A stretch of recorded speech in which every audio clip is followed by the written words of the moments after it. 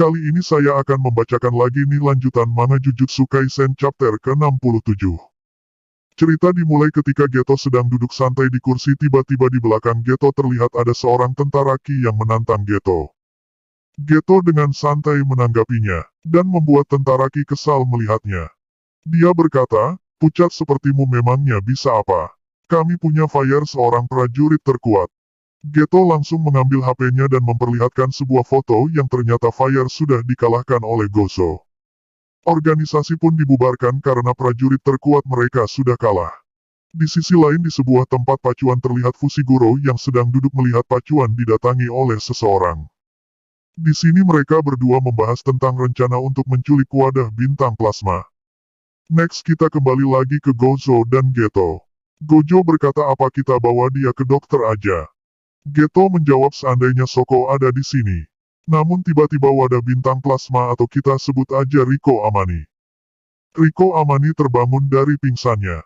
Riko Amani kaget ketika digendong oleh Gojo. Dia langsung menamparkan Gojo dan berkata, "Brengsek, kalau kalian ingin membunuh, kenapa enggak langsung melakukannya?" Geto pun menjawab dengan nada lembut, "Riko, jangan khawatir, kami enggak bermaksud menculiknya kok." Riko Amani membalas, "Bohong, kau kelihatan seperti pembohong, dan poni apaan itu?"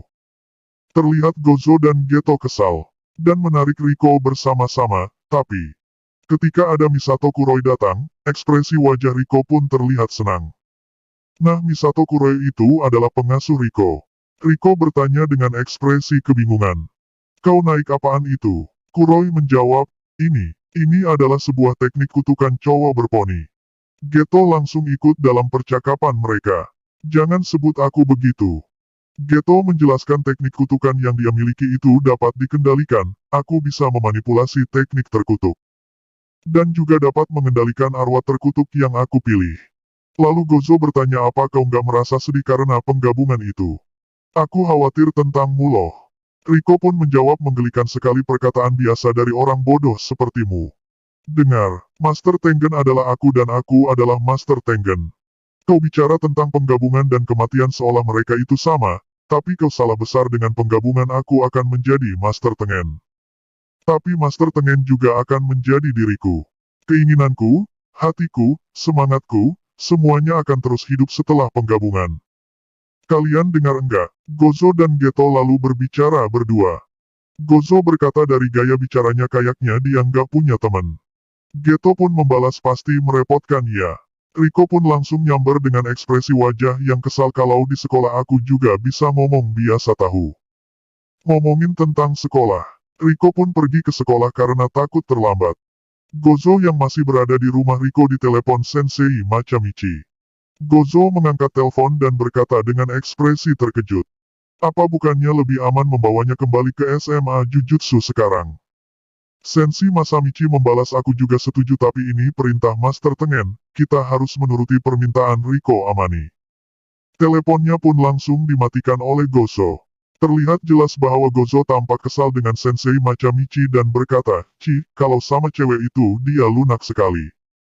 Geto akhirnya menenangkan Gojo dan berkata, "Jangan begitu Satoru, dia bilang begitu, tapi sebenarnya setelah penggabungan dia akan pergi ke SMA Jujutsu bersama Master Tengen untuk membuat pelindung teman, keluarga dan semua yang dia sayanginya. Dia juga tidak bisa melihatnya lagi, jadi biarkan aja dia menikmati hidupnya." Itulah misi kita saat ini. Pengasuh Riko Amani yaitu Kuroi menyela di dalam sebuah pembicaraan. Dia mengatakan bahwa Riko itu tidak mempunyai kerabat sama sekali. Keluarganya mengalami kecelakaan saat Riko masih kecil dan dia diasuh oleh dirinya sendiri. Geto pun berkata, "Kalau begitu kaulah keluarganya." Di waktu yang bersamaan, Gozo bertanya kepada Geto, "Bagaimana dengan sebuah roh pengamat yang dipasang?" Geto merasakan bahwa dua pengamat yang dipasang udah dibunuh. Mereka berdua langsung bergegas pergi menemui Riko. Dua roh pengamat tersebut dibunuh oleh seseorang yang ingin mengincar Riko. Mereka berdua bisa disebut pembunuh bayaran. Di situ terjadi percakapan pembunuh bayaran. 3 juta itu sangat bagus sekali. Riko Amani bukan seorang penyihir dan kita tahu di mana lokasinya. 3 juta yen dalam misi ini untuk membunuh seseorang bocah. Ini sangatlah menguntungkan sekali. Itu dia cerita untuk hari ini. Terima kasih sudah menonton dan sampai jumpa di video selanjutnya.